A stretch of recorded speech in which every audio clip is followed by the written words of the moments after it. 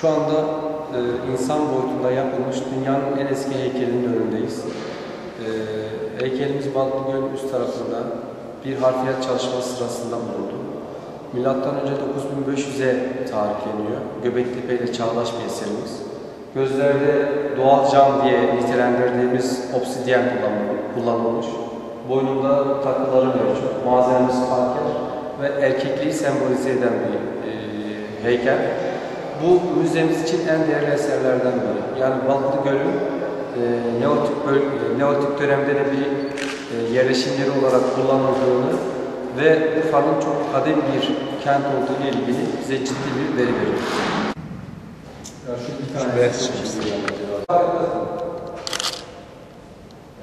Gördüğümüz alanda Göbektepe'den getirdiğimiz heykeltıraşlık eserlerini sergiliyoruz.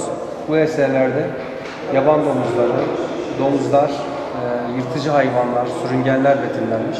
Bunlar arazinin yapısına uygun şekilde bir imitasyon altyapı oluşturduk. Üzerinde sergiliyoruz. Şu anda gördüğümüz Göbektepe Totemi diye geçen bir eserimiz. Milattan önce 9500'e tarihleniyor.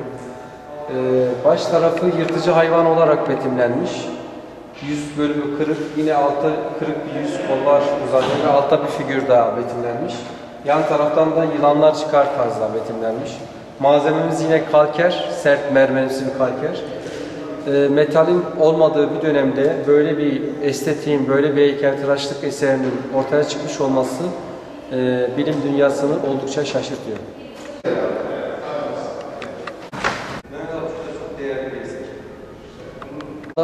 Nevali Çolen'in taş eserlerinin olduğu bölümdeyiz.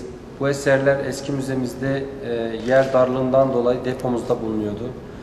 Tabii Türkiye'nin en büyük müzesi inşa edildikten sonra bu kadar değerli eserler mutlaka teşhirde olması lazım ve teşhire çıkardık. Şu merkezde gördüğünüz bir totemi ifade ediyor. Ön tarafta bir yüz, yine arka tarafta kırık bir yüz ve üstünde bir kartal veya akbaba diye niteleyebileceğimiz bir hayvan betimlenmiş. Yine diğer tarafta bir insan başı omurgasından çıkan bir yılanla betimlenmiş. Bunlar tamamen sembolik, mitolojik konular olduğunu düşünüyoruz.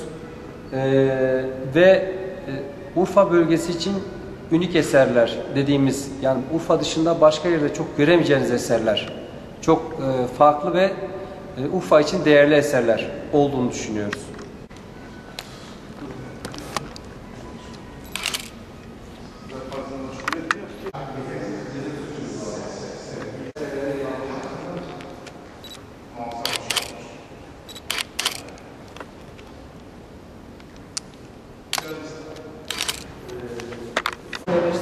Sonradan mesela gözü gözüküyor ya.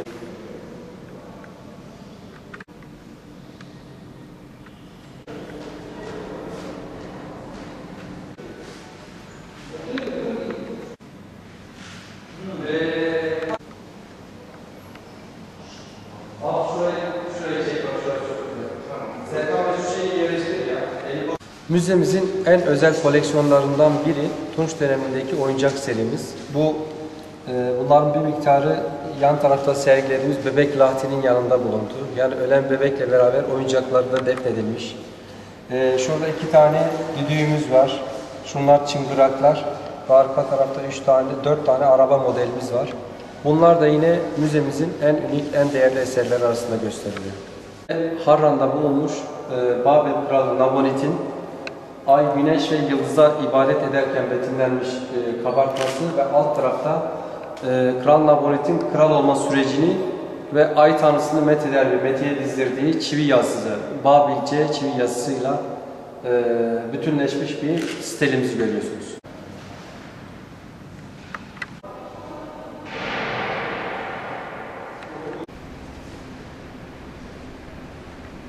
Buraya bu şey görmüyor, kamera görmüyor. Şu anda gördüğümüz mozaik Hazreti İsa'nın ilk mozaiğe resmedilmiş hali olarak değerlendiriliyor. Tabii yüz şekli, gözleri ve görüntü olarak Hazreti İsa olduğu düşünülüyor. Hazreti İsa olduğu ile ilgili kesin bir veri yok elimizde. Sadece tipolojiye göre bunun Hazreti İsa'nın ilk mozaiğe resmedilmiş görüntüsü olduğunu düşünüyoruz.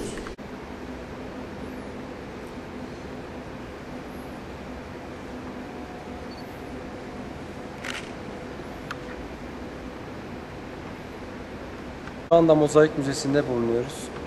Mozaik Müzemizi 2005 yılında bir harfiyat çalışması sırasında tespit edilen ve kaz sürecinin başlayıp da sonuçlandırdığımız müze müdürlüğümüzce sonuçlandırılan Amazonların av sahnesinin betimlendiği sarayın üzerine inşa ettik. Mozaiklerimiz yerinde sergilenmiş oldu. Bu mozaiklerin değerine değer kattı.